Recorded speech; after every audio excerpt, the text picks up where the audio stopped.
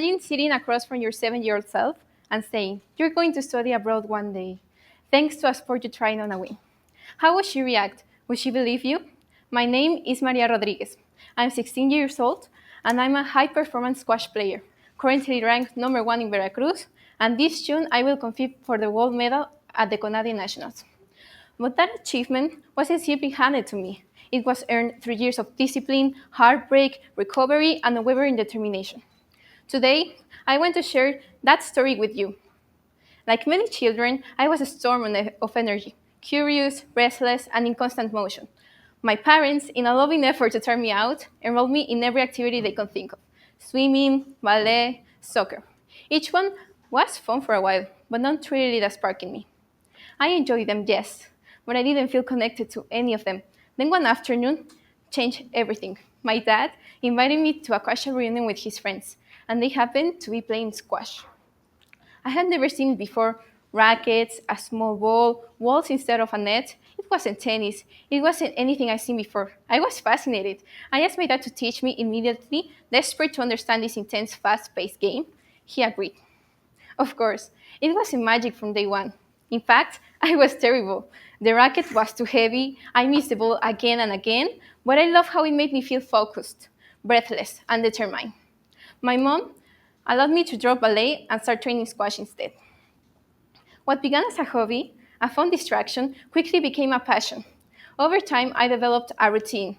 Training after school became second nature, and slowly the sport carved out a permanent space in my identity.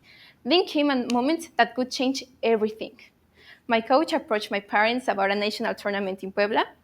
I was still young, and the idea of competing at that level was daunting. The other girls were older, taller, stronger. I wasn't expected to win, just to learn. But in that tournament, something incredible happened. I made it to the final, and I took second place. That tournament was a turning point. It showed me I wasn't just dreaming. I could compete at a higher level. That taste of success filled something deeper in me: ambition and passion. From that moment on, I trained with a different mindset. I started winning. I reached the top of the podium and held that position for 5 consecutive years. At just 11 years old, I became the first player my age to qualify for the Canadian Nationals. Competing in a category above mine, I was confident. I was ready. Then everything stopped. The pandemic hit, and with it came an overwhelming sense of loss. Like many athletes, I went from training every day and traveling for tournaments to complete isolation. The rhythm that has shaped my life vanished overnight. The emotional toll was devastating. I lost my motivation, my physical condition deteriorated, and for the first time since I started playing, I wondered, will I ever get back to where I was? Those months were the hardest of my life. The uncertainty, the loneliness, the helplessness.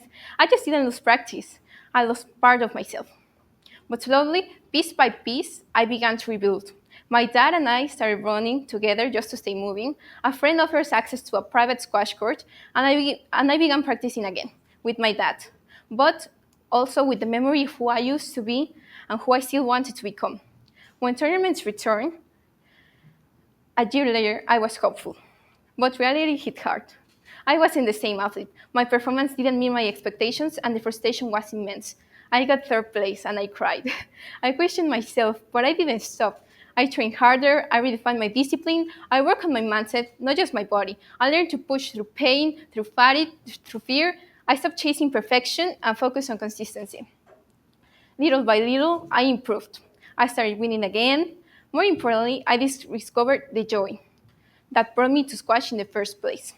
I began competing internationally: San Diego, where I got first place; Washington, Philadelphia, the US Open, and Guatemala, the Pan Americans. Each tournament brought new challenges, new lessons.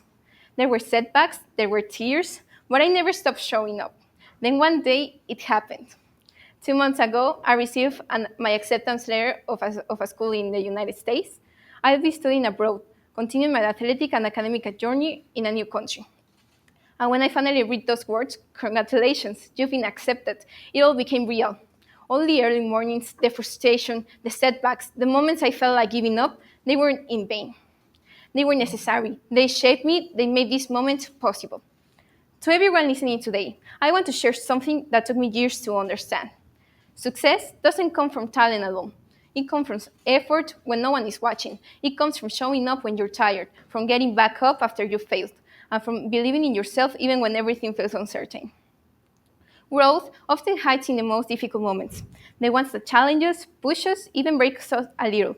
But that's where strength is built, and to anyone who's ever had a dream that felt too far away or a goal that seemed impossible, this is for you.